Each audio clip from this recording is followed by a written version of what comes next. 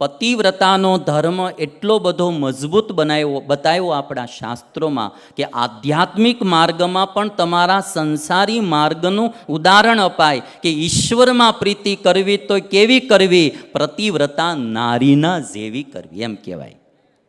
ઈશ્વરમાં પ્રીતિ કરવી તો કેવી કરવી, તો કે પતિવ્રતા નારીના જેવી કરવી. પતિવ્રતા નારીને પોતાના પતિ સિવાય મન ક્યાંય ડોલાયમાન ન થાય, પતિ સિવાય એનું મન ક્યાંય વ્યભિચારી ન બને, એ પતિવ્રતા નારી છે. અને ખરી પતિવ્રતા નારી તો એના પતિ પાસે લોકની વસ્તુ માંગ ન કરે, એને તો પતિ મળી ગયા એમાં બધું જ આવી ગયું. આ પતિવ્રતા નારી. મુક્તાનંદ સ્વામી એટલે લખે, પતિવ્રતા નારી પિયુ સંગ પ્રીતિ, પતિને સેવાની તે તો જાણે સર્વે રીતિ. મને આમ કહેવાનું મન ન થાય પણ છતાંય કહું છું એટલા માટે, મારી પાસે ઘણાય બિચારા પુરુષો એવા આવેલા છે અને જે દર્દ કહેતા હોય ને, સ્વામી રાત દાડો મેં બધી એની ઈચ્છાઓ પૂરી કરીને આજે 2 છોકરાને મૂકીને બીજા ભેગી વહી ગઈ. ત્યારે આપણને એમ થાય કે આની બિચારા આપણે આગળ રડતા હોય ને ત્યારે આપણને એટલું દુઃખ થઈ આવે. અને એક તમને એ બી ચીજ કહી દઉં, તેથી એમ થાય કે મારું ટાઈમે ટકા કરી નાખે સારું. આમ જેમ જેમ આમ દિવસો જાય ને સંસારના દુઃખ જોઈને કોકના, ત્યારે એમ થાય કે મારું આમ એકદમ અણી ઉપર આવી ગયું હતું ને, એ જે ભગવાને આ વિચાર દીધો ને અહીં આવી ગયા. કેમ જીવવું, જીવાય જ નહીં મારું, કેવી રીતે રહેવું. જેને મને તો કેવું છે કે સેજ મારા ચેલા નહીં, કોઈને મારા ભાવ ન હોય ને ભાઈ, હું એને કામે ન ચીંધું. આપણે શું કરવા ચીંધું? ભાવ ન હોય ત્યાં માણાને જવાની મજાય ન આવે. કોઈ લાખ રૂપિયા હું 50 લાખ દેતો હોય ને ભાવ વિનાનો દેતો હોય ને, હોળીમાં નાખી દે તારા 50 લાખ, અમારે શું કરવાના યાર. ભાવ વિનાની મજા શું આવે જિંદગીમાં? અને જે પત્નીને પોતાના પતિમાં ભાવ ન હોય, એ બિચારો પતિ ઘરે જઈને શાંતિનો અનુભવ શું કરે? રાત દાડો ધંધામાં દુઃખી થતો હોય, આખા પરિવારનું ભરણ પોષણ માટે બિચારો કેટલો તલપાપડ થતો હોય, ક્યાં બિચારા ગમે એની વાતો સાંભળી, કઠણ વેણ સાંભળી લે, ગમે ત્યાં નોકરી કરતા હોય અને ઘરે જાય એને એનામાં ભાવ ન હોય, તો એને પછી દુઃખ ન થાય તો બીજું શું થાય? આ હિંસા એટલે શું? કોઈને ગોળીએ દેવા એને તમે હિંસા સમજો છો? કોઈનું દિલ દુખવવું એ પણ હિંસા છે. અને એટલા માટે માણસમાં ખાનદાની હોવી જોઈએ. એવી રીતે પુરુષોને બી, એ બિચારી રોજ તમારા કપડાં ધોઈ દે, એ તમારા એઠા વાસણ ધોઈ દે, એ હંજવારી કાઢી દે, એ તમારી બેગ તૈયાર કરી દે, એ તમારા કપડાં તૈયાર કરી દે, એ તમે ઘરે જાઓ તો આમ તમારી માટે ગરમ ગરમ ફૂલકા કરીને જમાડે, એ વળી સાંજે તમારા પગ દબાવે, અને તમે દિવસે ગમે ને ભેગા ફરી આવો. મનમાં સમજો છો હું?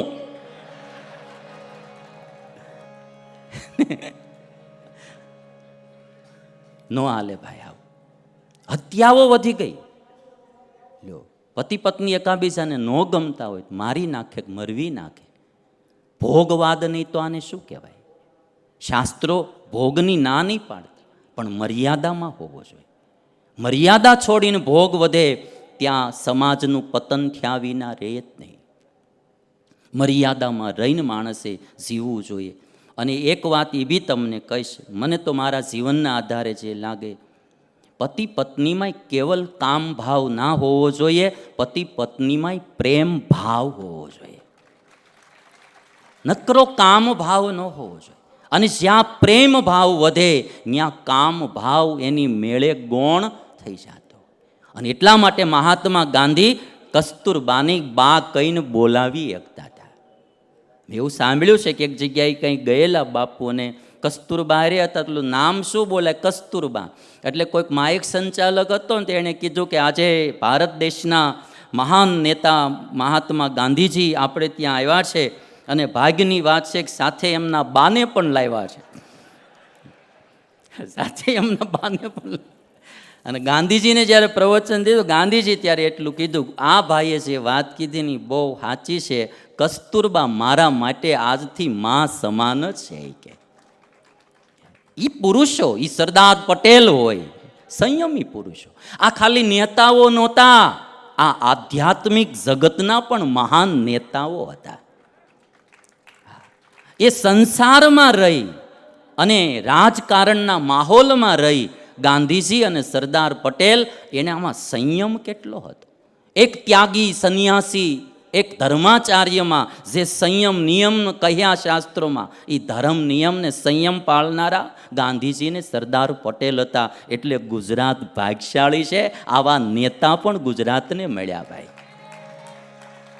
એના જીવનો છો, અબ્દુલ કલામ હોય, મને આવા પુરુષો ગમે. એના જીવનોમાં સંયમ છે. નારી મર્યાદામાં રહેતી હોય ને તો માતૃભાવ જાગે ભાઈ, વંદન કરવાની ભાવના જાગે. એ આપણો ભારત દેશ છે. અને એટલા માટે પાશ્ચાત્ય સંસ્કૃતિ, નકરી ટીવીની સિરિયલો, નકરી ભંગારી વેબ સિરીઝો અને મોબાઈલમાં ન જોવાનું જોઈ માઇન્ડને વિકૃત ન કરવું. આપણે હિન્દુસ્તાની છીએ, સનાતની હિન્દુ છીએ. આપણે મહાત્મા ગાંધીની, સરદાર પટેલના વંશજો છીએ. આપણું જીવન પણ કંઈક નિયમપૂર્ણ હોવું જોઈએ.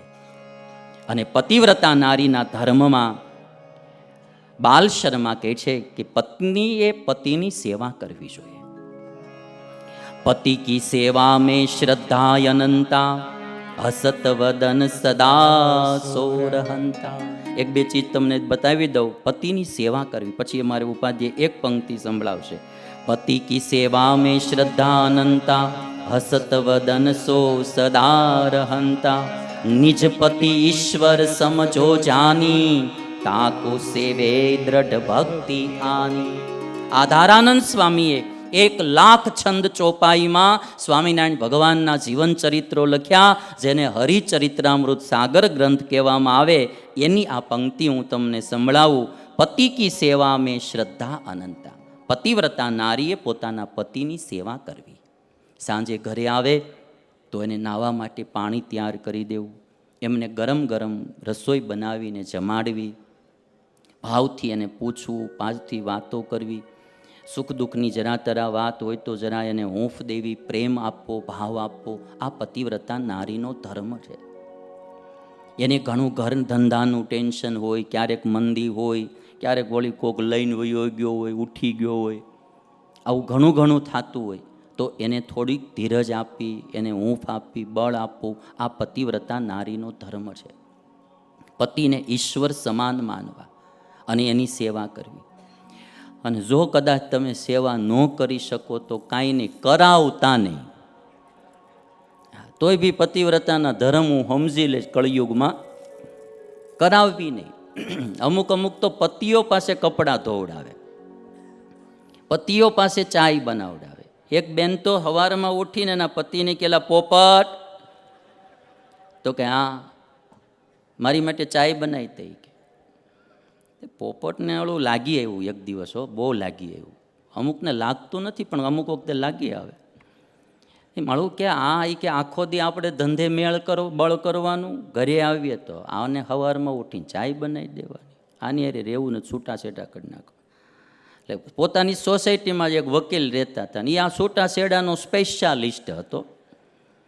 એટલે કે ત્યાં જઈને સલાહ લઈ આવવું કે શું કરવું. એટલે ગયો વકીલની ઘરે સવારમાં.